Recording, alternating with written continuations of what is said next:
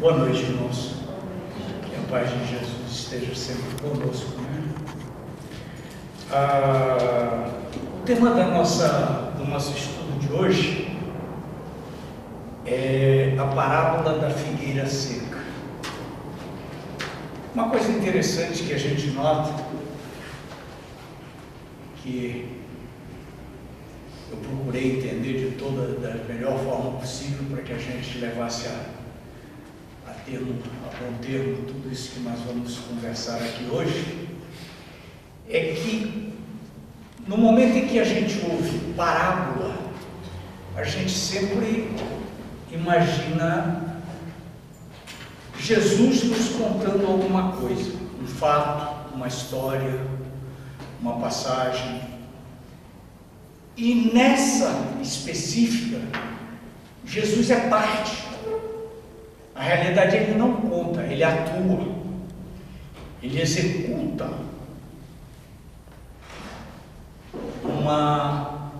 um momento da vida dele para fazer uma demonstração específica de muitas coisas, duas para ser mais exato.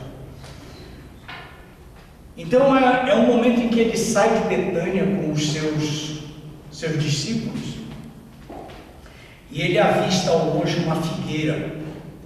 E nós sabemos que naquela região a figueira, a videira e a oliveira eram as três árvores mais conhecidas e mais produtivas de tudo aquilo que eles viviam ali naquela área. E a figueira ela tem um período específico de produtividade. Quando ela vai dar frutos, ela produz muitas folhas. E aí é o momento em que os figos brotam. Aquela figueira estava vistosa, com muitas folhas, mas não era a época de figos ainda. Ainda faltava um mês ou dois para que isso ocorresse. E Jesus sabia disso. Como todos aqueles que habitavam na região sabiam exatamente qual era a época em que a figueira dava figos. E em alguns momentos existiam algumas árvores que eles chamavam de temporância, que poderiam produzir frutos com uma certa antecedência, e para isso produziam as folhas antes. E quando Jesus viu aquela árvore cheia de folhas, ele se aproximou dela, dando uma demonstração de que queria colher alguns figos. E quando chegou ao lado da árvore, viu que realmente ali não tinham frutos. E ele disse que se virou lá para a árvore, especificamente disse que ninguém jamais coma frutos de ti. E os discípulos ouviram aquilo. No dia seguinte, eles voltaram, passaram novamente pela região e a figueira havia secado.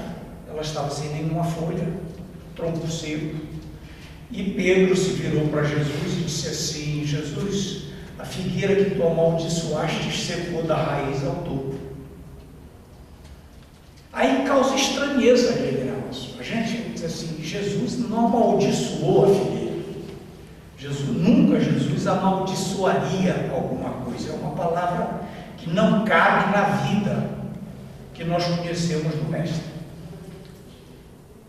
Mas o fato da figueira ter secado e de Jesus ter dito aquelas palavras que ninguém mais coma fruto de ti, primeiro é porque ele tinha certeza que aquela árvore não produziria mais frutos e ninguém haveria de comer frutos dela. Numa outra passagem, com um outro evangelista, ele fala de uma figueira também, mas que ela não produzia, e um dos empregados do dono da vinha que pediu para adubar, que ele desse mais uma oportunidade para a árvore, que acabou também não dando frutos. E isso a gente vai vendo em três evangelistas algumas proposições que diferenciam um pouco da história original. Mas quando Pedro acabou de dizer aquilo, Jesus respondeu para eles assim: tende fé em Deus, e em verdade vos afirmo que todo o que disser a aquele monte, tira-te daí e lança-te ao mar, e isso sem hesitar no seu coração, mas tendo fé de que tudo o que disser sucederá, ele o verá cumprir assim. Isso está escrito em Marcos. capítulo 11, versículos 12 a 14 e 20 a 23. Nós temos essas duas situações. Jesus sendo participante ativo daquela parábola que foi escrita por Marcos, mas ele, no fundo, aí é uma opinião pessoal minha, porque alguns escritores, alguns estudiosos dizem que aquela figueira representaria Israel e que Jesus estava vivificando ali uma profecia feita muito tempo atrás por um profeta da queda de Israel, que ele queria demonstrar com aquela figueira secando que Israel também secaria, que a cidade seria destruída, Jerusalém, aquela coisa toda. Eu me proponho mais a aceitar um exemplo de que a figueira seria como nós. Vamos colocar a figueira como um homem, uma criatura de Deus. A figueira absorve energia do solo, transporta através da seiva e gera frutos. Nós pegamos energia, a energia animal daquilo que nós conseguimos nos alimentar e gerar em nosso corpo, mas pegamos a energia vital de Deus e os frutos que nós produzimos fazem com que a gente reproduza essa energia divina a outros, a nossos descendentes, a nossos filhos. E se nós secarmos espiritualmente, nós não estaremos produzindo nada, nós não estaremos gerando nada para ninguém. Nós seremos como uma figueira seca. Nós somos meros artefatos que brotaram no planeta e que depois se desintegram. E o Espírito vai recomeçar um novo plantio, precisando de mais adubação, precisando de mais produção energética. Essa comparação para mim é muito grande, muito importante para nós, que estudamos diretamente a relação do Espírito com a vida, do Espírito com tudo aquilo que nós somos, que nós fazemos, que nós existimos. Porque é a condição sine qua de conhecimento espírita. A vida está no Espírito. Aquilo que nós somos e geramos é produzido para um outro Espírito, que os corpos servem como uma casca, como uma proteção, como alguma coisa que está segurando um espírito dentro de si, para que esse espírito evolua e produza frutos para ele e para os outros. Mas também tem uma lição muito importante, que é que a gente precisa também entender, e que nós aprendemos junto as lições espíritas. E temos também no mesmo capítulo 19, que é a fé que transporta montanhas. Quando Jesus diz que se eu disser para aquela montanha, sai daí, atira-te ao mar, com fé, com a força da minha vontade e com pleno conhecimento de que aquilo que eu vou pedir se realiza, acabará acontecendo. Então, nós vamos vendo nessas passagens de Jesus com seus apóstolos um incentivo para o uso da fé. Nesse período, quando ele estava com seus discípulos, que ele se aproximou da multidão, um homem saiu do meio do povo, se ajoelhou na frente dele e pediu que ele ajudasse ao seu filho, que estava perturbado e que sofria muito. E as palavras dele é que ora o meu filho se atira ao fogo, ora ele se atira ao mar, e ele sofre muito por isso. Já chamei os teus discípulos, mas eles não puderam ajudá-lo. Aí Jesus dá um puxão de orelha nos discípulos, chamando de homens de pouca fé, e pede que tragam o garoto, o rapaz, até a presença dele. E quando ele é trazido, Jesus expulsa o demônio que estava no rapaz. Na realidade, sabemos que é um espírito obsessor, que estava obsedando aquele jovem. E o rapaz curado volta para casa com o pai. Os discípulos se aproximam de Jesus depois que passa aquele momento e perguntam por que eles não puderam fazer aquilo. E aí Jesus explica para eles: porque eles não tiveram a fé necessária, eles não se sentiram à vontade e com força para produzir aquele efeito que Jesus produziu. E aí entra uma repetição do tamanho da fé. Se vocês tivessem a fé do tamanho de um grão de mostarda, diriam aquela montanha, move-te dali para cá, e a montanha se moveria. Essa lição do Cristo não é que a gente pode mover montanhas. As montanhas, na realidade, elas fazem parte da nossa vida espiritual, do nosso caminho. São os problemas, são os obstáculos que são colocados durante a nossa existência. São as montanhas, os problemas. E se eu tiver fé naquilo em que eu faço, naquilo em que eu produzo, naquilo em que eu compreendo como a minha vida, eu consigo mover estas montanhas do meu caminho. Nós conseguimos tirar essas pedras que atravancam a nossa caminhada. Nós podemos aprender a contorná-las. Nós temos uma coisa muito importante em nós. É a força mental. A força energética que movimenta tudo o que existe no universo. Nós temos a força para transmitir emoções, pensamentos, gerar efeitos sobre o fluido universal. Mas nós somos humanos, ainda somos muito enfraquecidos pela carne que nos envolve.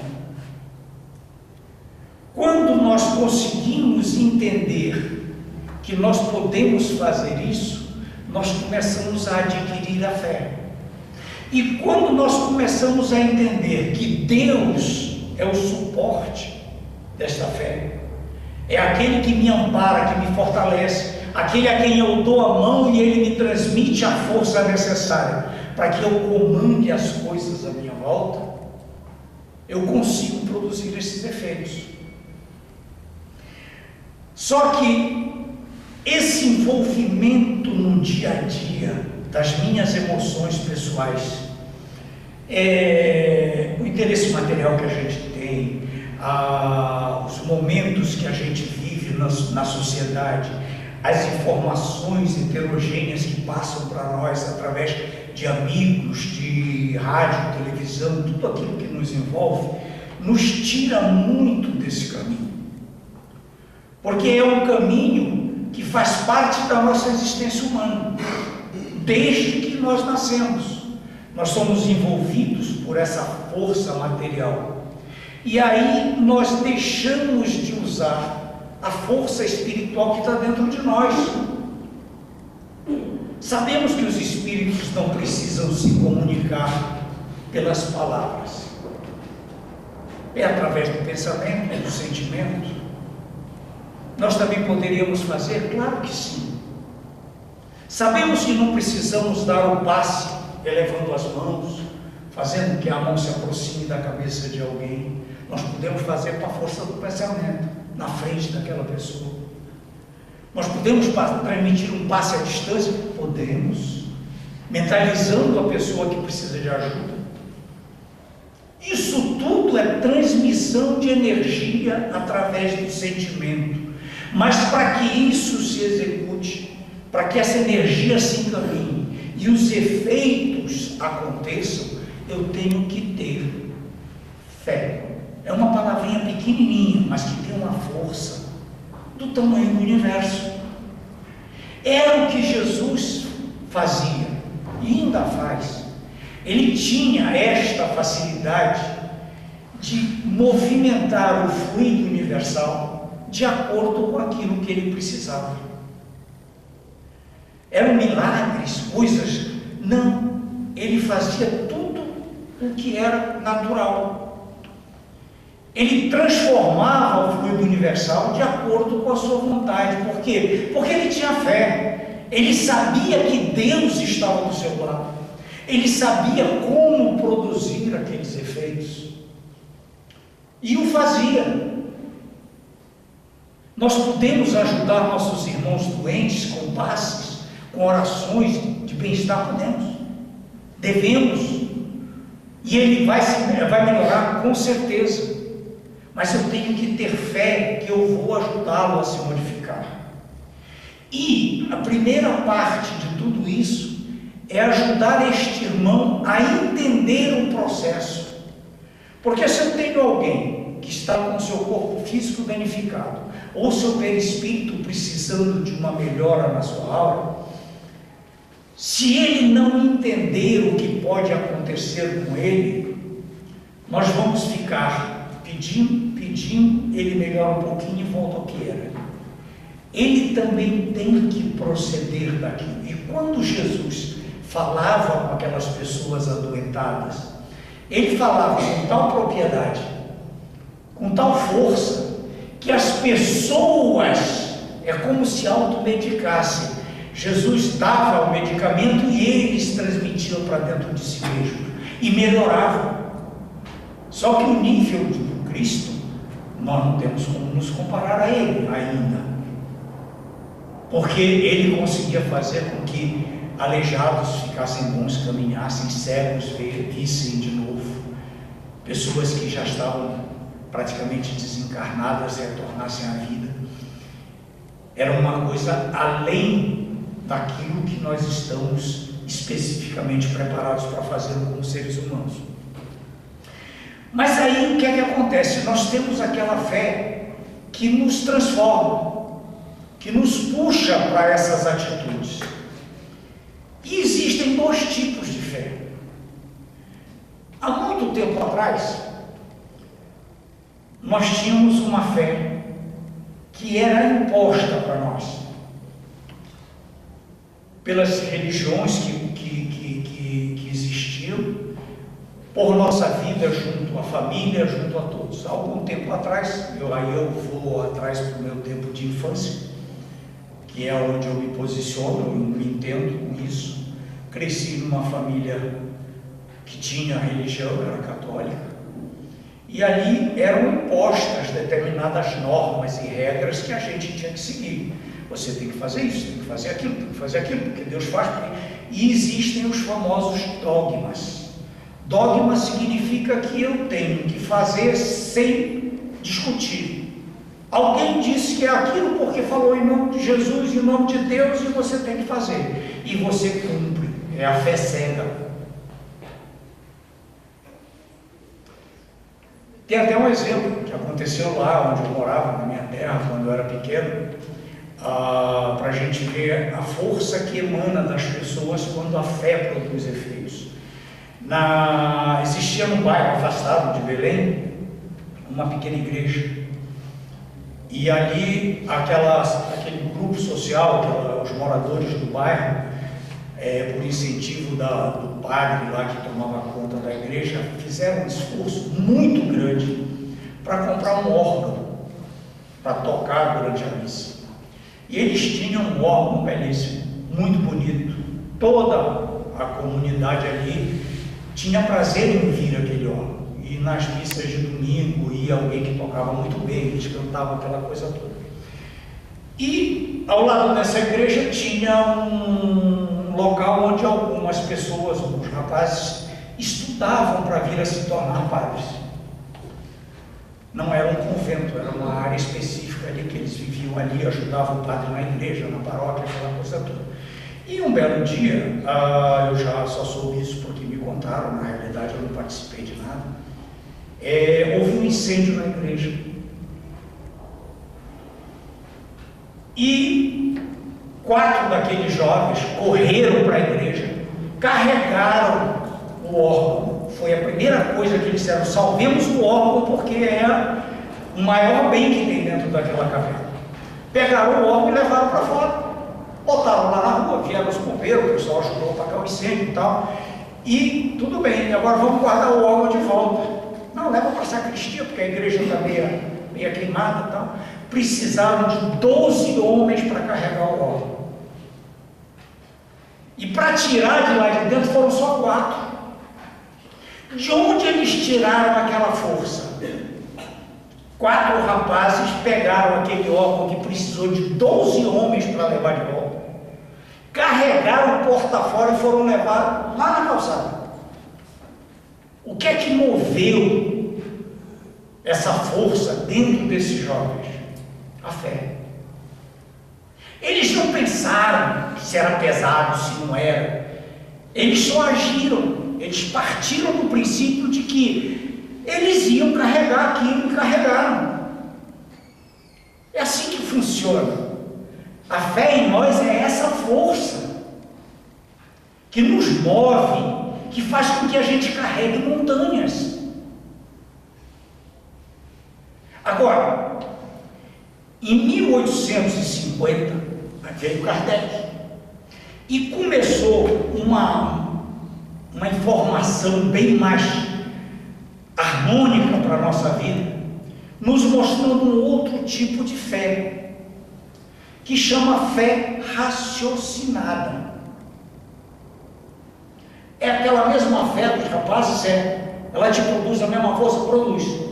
Mas eu não tenho que obedecer cegamente a determinados comandos. Eu tenho que pensar. Nós temos que usar uma coisa que nos é dada por Deus, aliás, uma não, duas, que é o raciocínio e o livre-arbítrio. Eu não sou comandado, não podem colocar uma rédea em mim e dizer assim, venha para cá e eu vou. Não é desta forma. Eu tenho que questionar se aquilo que eu vou fazer é o que eu devo fazer. Eu tenho que raciocinar e decidir se eu faço ou não. Eu também não sou comandado ao ponto de fazer tudo que me mandam fazer, porque eu posso achar que aquilo não é conveniente para mim naquele momento. E aí eu uso a fé com raciocínio.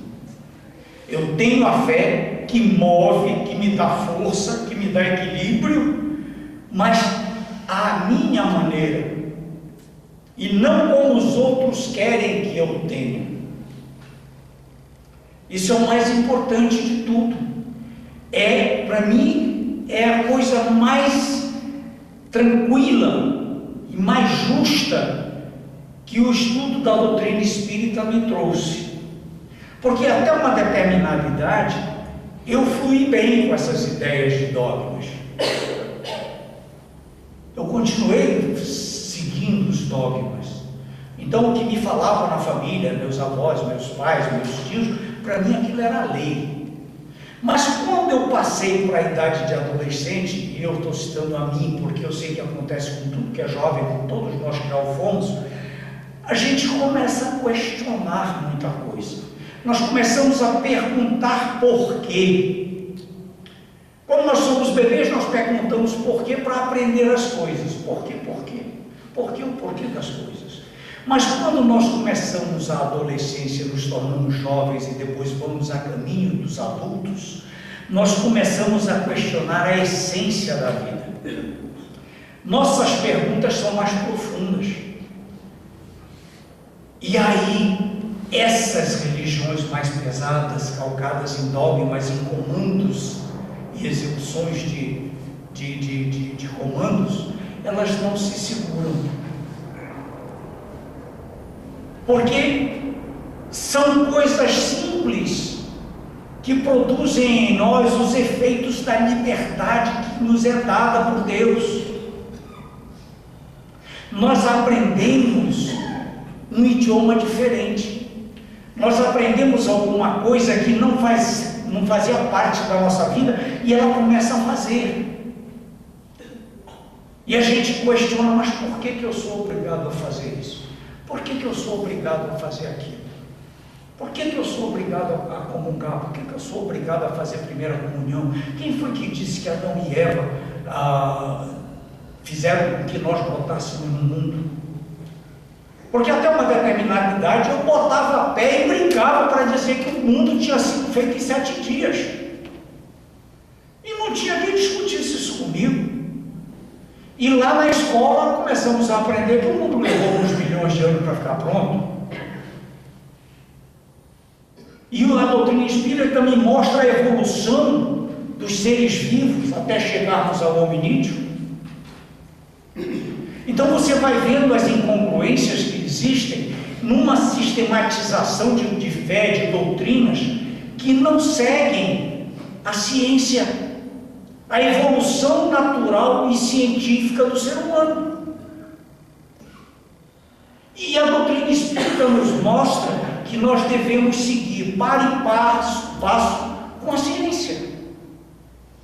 A doutrina espírita diz isso, a ciência comprova. A ciência diz aquilo, a doutrina vai atrás e comprova. Porque nós somos partes integrantes. O ser humano, o planeta, o universo, e tudo é regido por quê? Pela ciência. A ciência é que busca explicar a nossa natureza humana. E o interessante, aonde vai a ciência? André Luiz escreveu alguns livros, há uns anos atrás, e ele era médico, todos nós sabemos disso.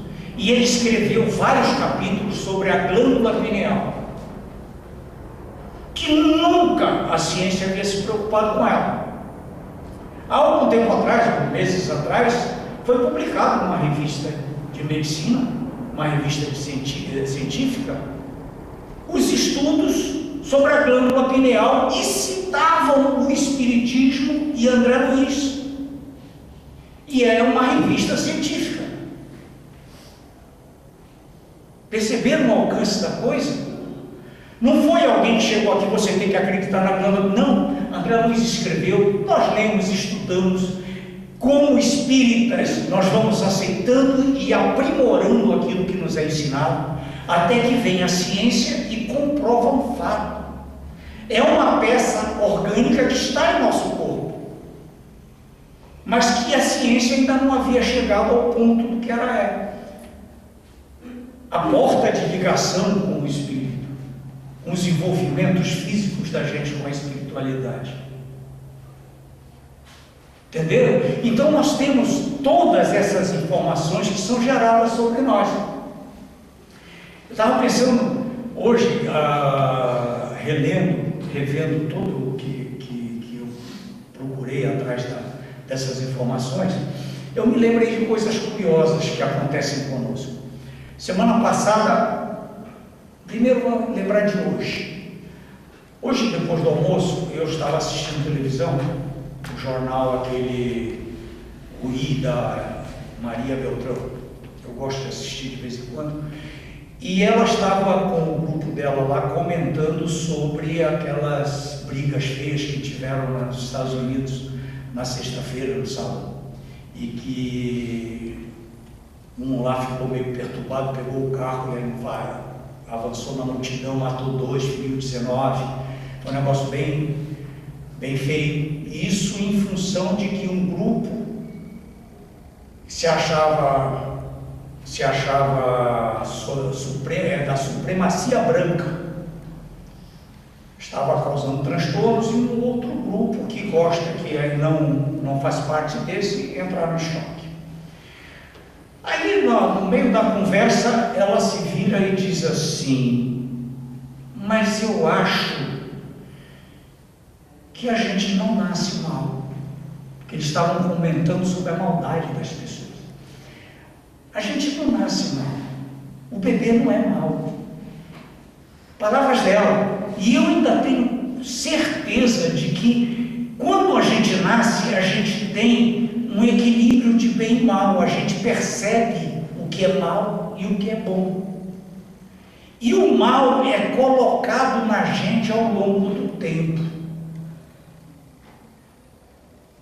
E aí a gente, realmente, a família, a forma como um primo, um tio, um pai, um avô fala de outras pessoas, denegrindo alguém, a criança pequenininha vai ouvindo aquilo e vai criando uma certa ojeriza por aquilo, e quando ela pode, ela explode.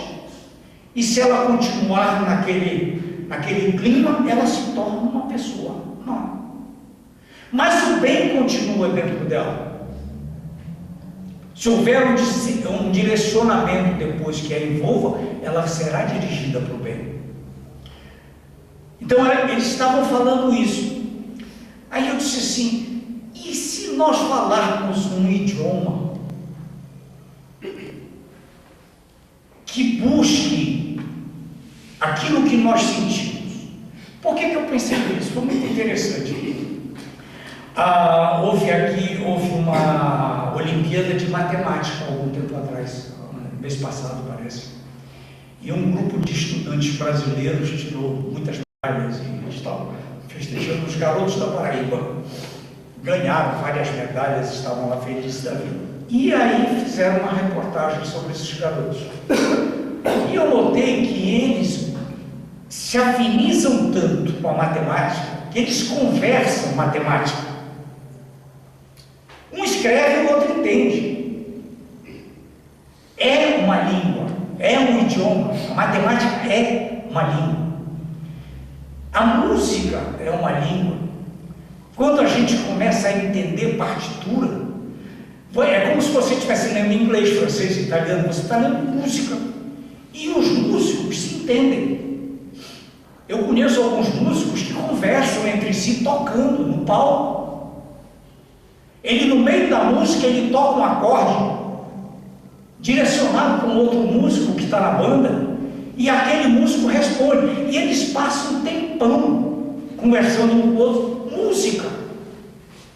E quem está assistindo ou dançando nem percebe. Entendeu? Físicos, químicos, eles conversam com aquilo que eles escrevem, com o que eles estudam. Por que nós não podemos conversar e escrever sobre aquilo que nós professamos como doutrina e como religião? E aí nós vamos entrar na linguagem que poderia ser a linguagem dos anjos.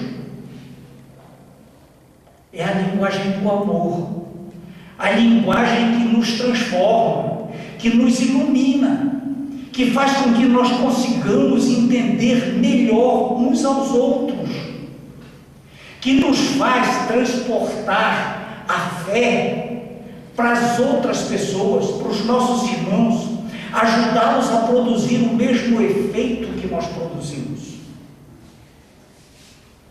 Quando nós conseguimos nos sentir com Deus nos amparando, com Deus nos apoiando, eu tenho certeza que se eu for cair, botar minha mão aqui, a mão dele me ampara.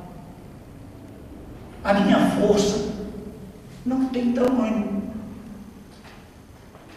Não importa a minha idade, não importa o cansaço do meu corpo, importa a fé que eu tenho dentro de mim. Importa o que eu posso produzir com essa fé.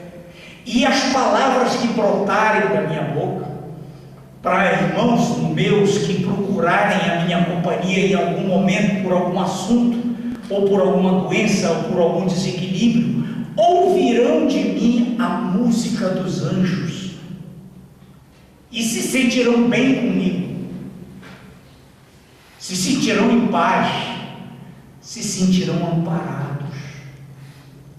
É assim que nós vamos produzindo uma onda que leva ao bem-estar da humanidade, ao bem-estar de todos nós que aqui estamos, sem a gente ver como é que a pessoa é por fora. Não importa a cor, não importa a raça, não importa nada. A gente vê o que? É um espírito criado por Deus que está na Terra no mesmo processo evolutivo que eu. Ele está na Terra com a mesma função minha. Ah, temos níveis, temos um monte, mas eu posso estar pior que ele. Ninguém diz que eu estou melhor. Então, meus irmãos, se eu tiver uma fé vacilante, se eu tiver uma fé que não produza esses efeitos, eu não tenho nada.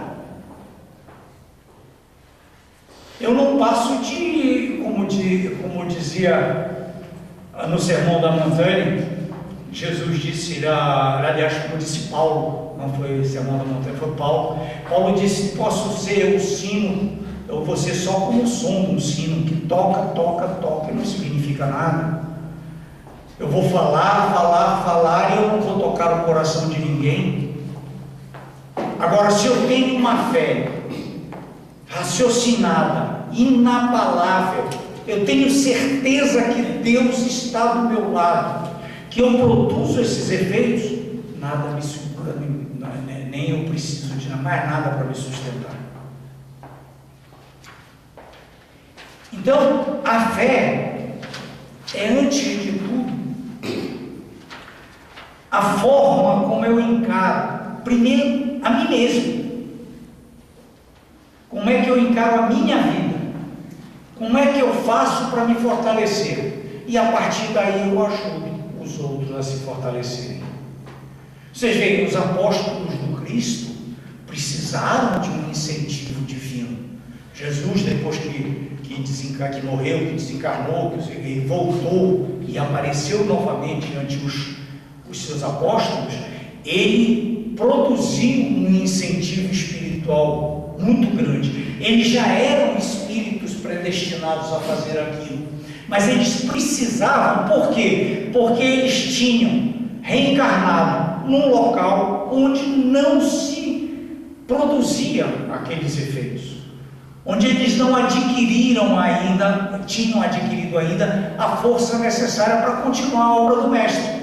Mas na hora que Jesus voltou e deu aquele choque de energia neles, em que eles começaram a vislumbrar todo o futuro, a falar línguas diferentes, que já eram de conhecimento deles, eles se transformaram em mensageiros do amor, da luz, de todo o Evangelho do Cristo, que é o que nós somos. Quantas vidas nós já tivemos? Quanto nós já passamos de experiência atrás? Ah, mas não está na minha memória. Não, mas está no meu sentimento. Eu tenho certeza disso. Eu sei que alguma coisa em mim muda a cada atitude que eu tomo. E se eu sei que muda a cada atitude, por que eu vou tomar atitudes erradas? Por que eu vou tirar o meu benefício do amor para colocar um benefício de ódio? O ódio acaba, o amor prolifera, vai à frente, ilumina, nos transforma, nos modifica e faz com que nós sejamos aquilo que realmente somos, essências divinas. Pensemos nisso, meus irmãos. Iluminemos o nosso coração, coloquemos fé em tudo aquilo que a gente faz. Por exemplo, um filho, um neto que a gente abraça, ele está febril, e você coloca no colo e pede a Deus que ampare aquele ser que está ali, impotente, meio adoecido. A sua energia se transporta para aquela criança, e com certeza quando você a coloca no berço, ela está bem. Óbvio, a não ser que seja alguma coisa kármica, alguma coisa que assim, já projetada para que aquilo acontecesse. Mas aquelas coisas momentâneas que nós temos capacidade de mudar, nós fazemos com que mude. E podemos ir treinando isso. Porque a fé são poucos os que nascem com a fé inata. Nós vamos aprendendo a ter fé. Nós precisamos treinar, evoluir, buscar em nossos corações esse sentimento. Que Deus esteja com todos nós e a paz de Jesus ilumine nossos olhos.